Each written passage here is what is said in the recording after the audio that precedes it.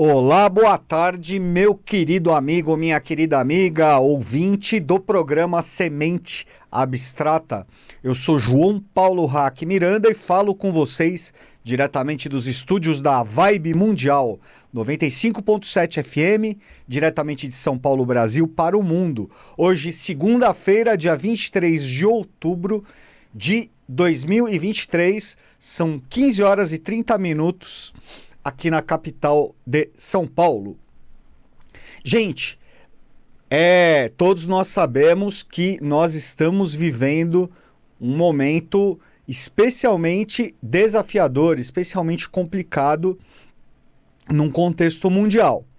Eu já tenho falado sobre as questões aí que envolvem as guerras, não é? Que envolvem a guerra da Ucrânia, por exemplo, as outras guerras regionais, e agora, não é, esse recrudescimento deste novo velho conflito, não é, ali no Oriente Médio, que envolve, por enquanto, não é, envolve Israel e aí esse grupo palestino, Hamas, que tem governado, né, a faixa de Gaza. Em virtude disso, pessoal, as pessoas têm me perguntado, muitas pessoas têm me perguntado se eu vejo alguma relação, não é, de acordo com os estudos que eu faço pela astrologia, pela cabala, pelo tarô, por exemplo, não é, com algumas profecias que existem aí, no caso, profecias bíblicas. Profecias que existem, por exemplo, no livro de Ezequiel, Velho Testamento, e no livro do Apocalipse, Novo Testamento. E eu vejo que sim. E aí, portanto, esse é o tema que eu pretendo abordar um pouco com vocês aqui na data de hoje.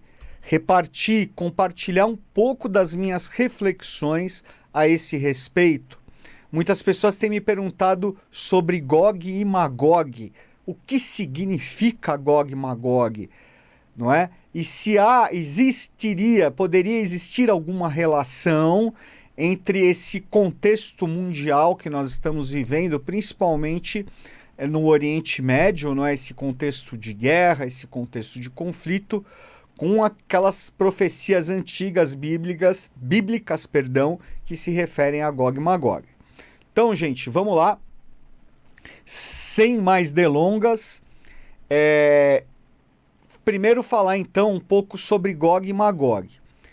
Existem algumas referências, gente, a Gog e Magog, fala aí no Gênesis, tá? Como Magog como um dos filhos de Jafé, tá? Mas é uma referência bem... só faz uma referência, não dá mais nenhuma indicação, não dá mais nenhum elemento. E depois, como eu disse, existe uma referência mais forte, mais aberta, não é, mais profunda no livro de Ezequiel no Velho Testamento e no Apocalipse de São João Evangelista no Novo Testamento. Esses dois livros, gente, o livro de Ezequiel e o livro do Apocalipse, eles são os livros mais cabalísticos, mais herméticos da Bíblia. É muito difícil você interpretar, né, o que está realmente escrito ali, porque é uma linguagem cabalística, é uma linguagem cifrada e é uma linguagem simbólica, altamente simbólica, tá? Então aí podemos dizer que são gerações e gerações, por exemplo, de rabinos, cabalistas, que buscaram, né, e que buscam até hoje encontrar exatamente o sentido, no caso do que está no livro de Ezequiel, não é? E vamos dizer aí os novos cabalistas, os hermetistas do lado do cristianismo, ou hermetistas em geral, não é? Que analisam, no caso aí, o Apocalipse de São João, que é também um livro profético, no caso aí do Novo Testamento. É interessante, pessoal, que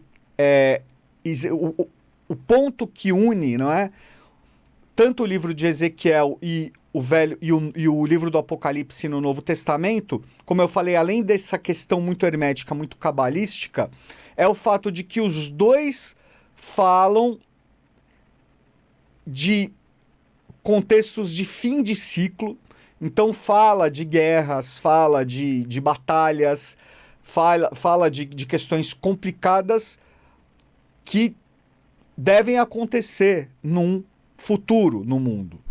E, ao mesmo tempo, ambos falam do que nós chamamos de era messiânica, tanto o livro de Ezequiel como o livro do Apocalipse de São João. No caso, o livro de Ezequiel fala da era de Mashiach, né? Que é essa palavra que derivou, inclusive, do hebraico para o português, né, como Messias. Messias é justamente o que é o mensageiro, é o que nós chamamos, né, indo um pouquinho para o Oriente, é o que nós chamamos de avatara. Já fizemos várias referências aqui no Semente Abstrata sobre os avataras, não é? Então, o Mashiach, não é? O Messias é um avatara. É uma nova era avatárica, tá?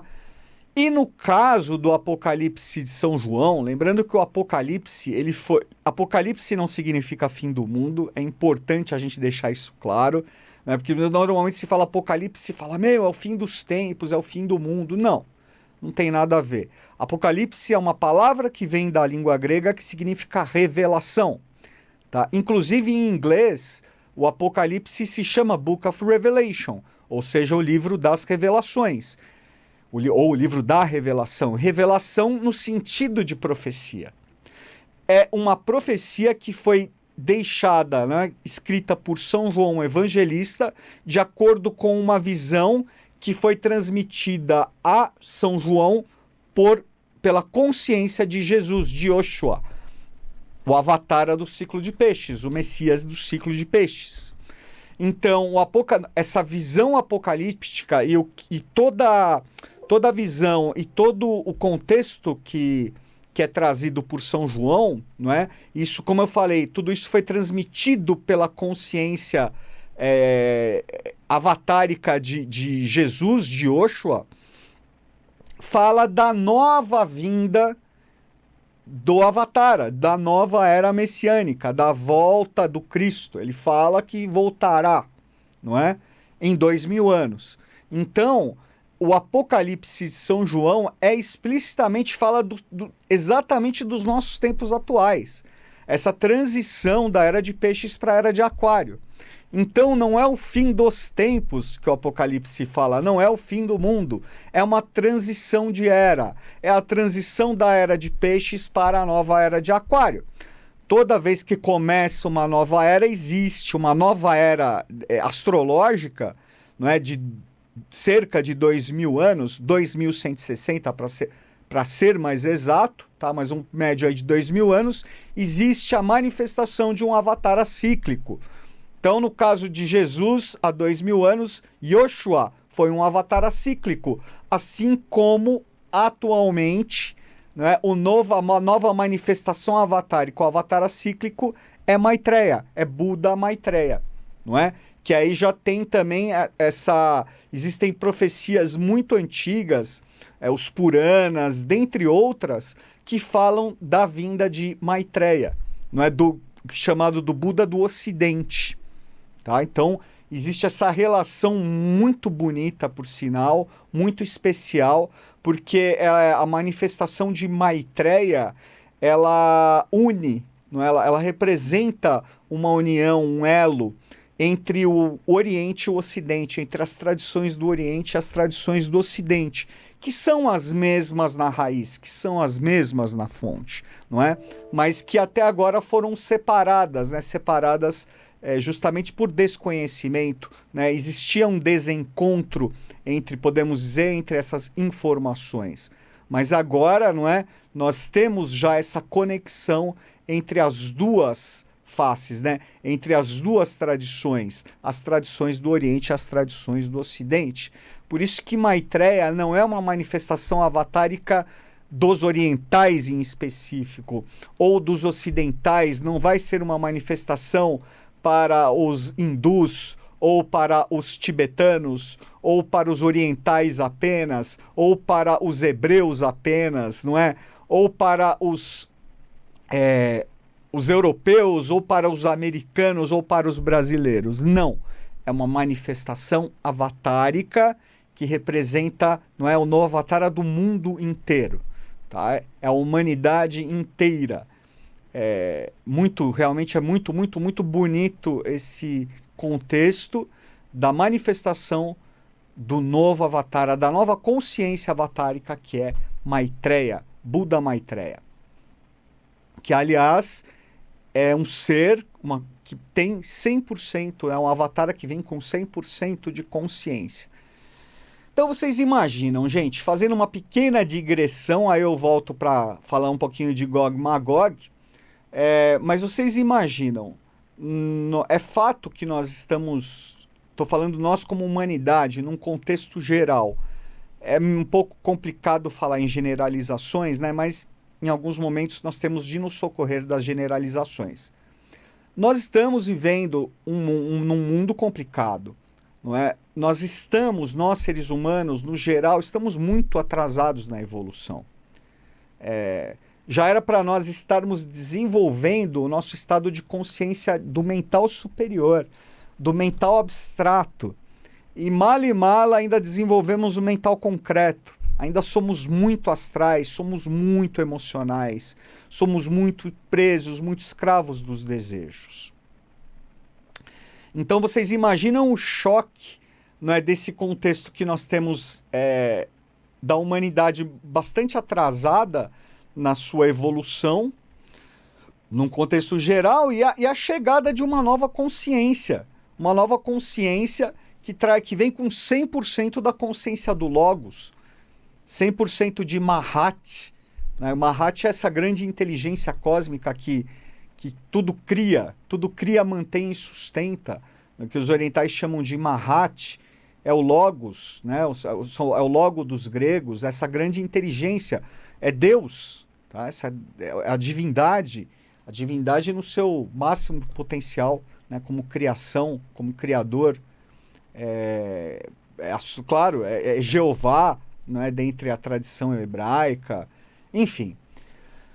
Vocês imaginam, então, como é esse choque, não é? É claro que isso já era previsto, né? É claro, embora as profecias elas não estão escritas em pedra, elas sempre podem ser mudadas. E nós estamos aqui para isso também, não é? Mas, voltando então, primeiro existe esse choque, e aí nós vemos, tá? Voltando para as profecias, né, tanto no livro de Ezequiel como no livro do Apocalipse, aí nós vemos o seguinte, que em ambos os livros, tanto de Ezequiel como do Apocalipse, há referência a Gog e Magog, tá? E fala também das batalhas, das guerras que sinalizariam, né, o fim dos tempos e, ao mesmo tempo, o início de uma nova era messiânica, ou uma nova era avatárica. Tá? Então, é lógico, existe todo o lado simbólico disso, todo o lado simbólico que é o principal, aliás, mas também é algo intrigante nós observarmos, não é, as referências que fazem tanto o profeta Ezequiel como o profeta São João. Existe também, pessoal, a literatura hebraica, literatura cabalística também faz referência a Gog e Magog, tá? No Zohar, trouxe até que um dos meus exemplares do Zohar, tá? O Zohar, ele podemos dizer, um compêndio, tá? De comentários, de estudos de séculos sobre a Torá, sobre a lei, o Pentateuco de Moisés. Tá? É um estudo muito profundo que foi escrito, segundo a tradição, pelo rabino Shimon Bar Yochai, tá? No começo, na antiguidade ainda, e depois ele foi publicado na Espanha, no século XIII, pelo rabino cabalista Moisés de León, tá? Moshe Shem Tov, acho que é isso. Mas Moisés de León é o nome espanhol. O Zohar faz referência também a Gog e Magog, e esse livro aqui é muito interessante, do grande Eliphas Levi, tá? Esse grande cabalista, um cabalista cristão, né? Um hermetista, Esse livro é bastante interessante, Os Mistérios da Cabala, e ele fala ou a harmonia oculta dos dois testamentos, né? E ele usa como base justamente o livro de Ezequiel e o livro de o Apocalipse de São João. Tá? Bastante simbólico, ele faz uma interpretação bastante profunda. É um livro fininho, mas também não é um livro fácil, tá? Mas é interessante. E a referência a Gog e Magog justamente como... Não existe algo claro, mas representam povos, representam lideranças, representam nações que iriam atacar, tá? Vamos dizer, a terra de Israel, tá? Provocando uma grande batalha no Oriente Médio. No caso no Zohar existe referência ao Armagedon, e aí no caso do Novo Testamento também existe, tá? Referência em Apocalipse capítulo 16, São João faz referência à batalha do Armagedon, tá? E relacionado aí, portanto, a Gog e Magog como representantes, né, da própria Babilônia prostituída, né? E muitos falam que são nações do norte, que são esses e são aqueles. Gente, como eu vejo, tá? Essa questão de Gog e Magog é um assunto muito profundo.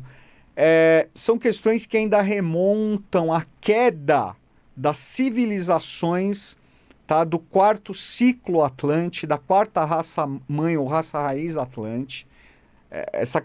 Essa questão de Gog e Magog vem de lá. Depois foi transmitido para a tradição, né, hebraica, depois para a tradição cristã, para a tradição islâmica também. O Alcorão também fala de Gog e Magog, tá? Faz uma abordagem sobre isso. Mas, de qualquer forma, existe essa relação, tá, de Gog e Magog como as forças de ataque, tá certo? Que desencadeiam as batalhas do fim dos tempos, que no caso é isso, é do fim do ciclo, tá? E no caso, como eu disse, a minha interpretação sobre Gog e Magog é que representam justamente esse poder anárquico, tá? Que detém os meios de comunicação, que detém os meios de produção, que dominam as riquezas, que dominam os bancos já há muito tempo, tá? Então é interessante e é ao mesmo tempo um pouco assustador, porque nós vemos apenas uma parte, não é, da história, né? Nós vemos muito o que está na superfície, quando o que acontece, o jogo verdadeiro mesmo, ele nunca aparece, ele é sempre oculto porque é da natureza, do próprio poder, né? Aqueles que realmente manipulam, aqueles que realmente detêm o poder, eles ficam atrás, eles não aparecem mesmo, tá? E como eu falei, essas forças, podemos dizer, essas forças que representam Gog e Magog, são ainda consciências que representam, que nós chamamos de mônadas como consciências caídas, tá? Dos ciclos lemurianos, do terceiro ciclo lemuriano e do quarto ciclo Atlante. Tem relação, por exemplo, com Ravana. A gente já está indo para o Oriente. A Ravana, que lutou com Rama, né? Nós chamamos essas batalhas, né, que falam do Mahabharata entre os ários não é? Entre os ários e os lunares, os ários solares e os lunares. Gog e Magog tem relação com os lunares. Gog e Magog que tem relação direta com duas das 10 tribos perdidas de Israel. Né? Aquela história bíblica das 10 tribos perdidas. É um assunto bastante profundo, é um assunto bastante espinhoso, tá? Mas tem relação com isso. Gente, o contexto todo é preocupante? É lógico que é.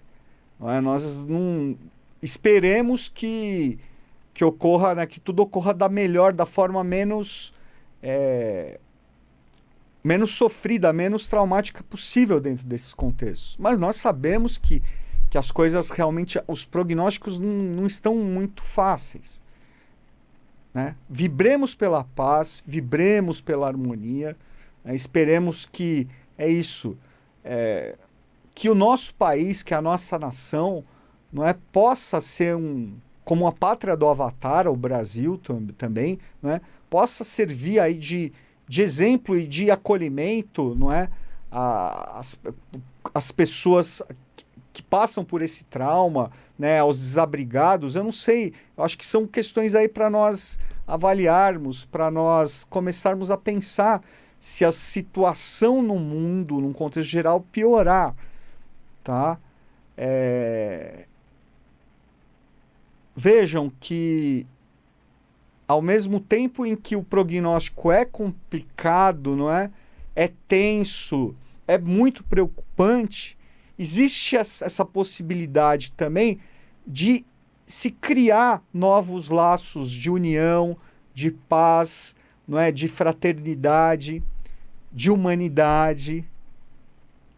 Lembremos disso. Tanto o livro de Ezequiel como o livro do Apocalipse de São João, embora eles falem de Gog e Magog, das guerras de Gog e Magog, não é? Falem desse contexto difícil, conflituoso, de guerras, deste fim de ciclo e início de um novo ciclo evolutivo. Ao mesmo tempo, os dois falam, é a nova era messiânica, é a nova era avatárica, é uma nova consciência. O mundo precisa mudar, nós precisamos mudar. Existem duas formas que a lei conversa com o ser humano. É pelo amor ou pelo rigor. Não é? Se não vai pelo amor, vai pelo rigor. E a evolução dos ciclos, ela ocorre, né, nós chamamos no báculo e na espada, simbolicamente. A espada que destrói e o báculo que constrói. O báculo como amor, a construção, e a espada como rigor, destruição, mas ao mesmo tempo transformação. Tá? É isso, gente. Vamos voltar a falar mais sobre esse assunto nos próximos programas, tá? Mas eu acho que deu para dar um contexto geral aí sobre essa questão de Gog e Magog. No livro de Ezequiel, quem tiver interesse, está no capítulo 38 e 39. No Apocalipse de São João, no capítulo 16 e no capítulo 20 do Apocalipse. Quem tiver interesse, dá uma olhadinha, mas eu vou voltar a falar sobre isso. E aí, pessoal, quero deixar, antes de fechar o programa de hoje, tá, deixar um convite para vocês do workshop que eu vou proferir no próximo domingo, dia 29 de outubro de 2023. É Despertando o Sol no nosso mapa astrológico. Na astrologia, pessoal, o Sol representa o astro mais importante, mais forte e mais poderoso. Como representante do centro irradiador de luz, energia e vitalidade nos mapas astrológicos, o Sol representa as nossas essências, guardando o máximo do nosso potencial criador, purificador e curador. O Sol no nosso mapa astrológico simboliza as nossas missões de vida, aquilo que de melhor nós viemos para desenvolver, para construir, vivenciar e exteriorizar. Né? O Sol é a expressão do nosso Deus interno. Nesse workshop, nós vamos aprender a despertar a luz e o potencial criador do Sol dentro dos nossos mapas astrológicos. Não é necessário ter conhecimento de astrologia. Nós teremos o nosso mapa impresso e eu vou anotar o setor do seu mapa, o setor, signo e casa onde se encontra o Sol, tá? Para nós podermos trabalhar juntos. Tá? O workshop vai ser presencial, mas com transmissão simultânea online. Tá? Vai ser no próximo domingo, dia 29 de outubro de 2023, das 10 às 14 horas. Tá? Então, na verdade, serão 3 horas e meia de workshop. Vamos ter meia hora de intervalo para um cafezinho, tá certo? Para uma conversa, para um descanso. E o local vai ser na Consciência Cósmica, que fica na Rua Alberto de Oliveira, 72, na Bela Vista, nas proximidades aqui da Avenida Paulista, Estação Brigadeiro do metrô. As inscrições já estão abertas pelo WhatsApp, número 11 967493970. 11 967493970. Obrigado, uma excelente semana.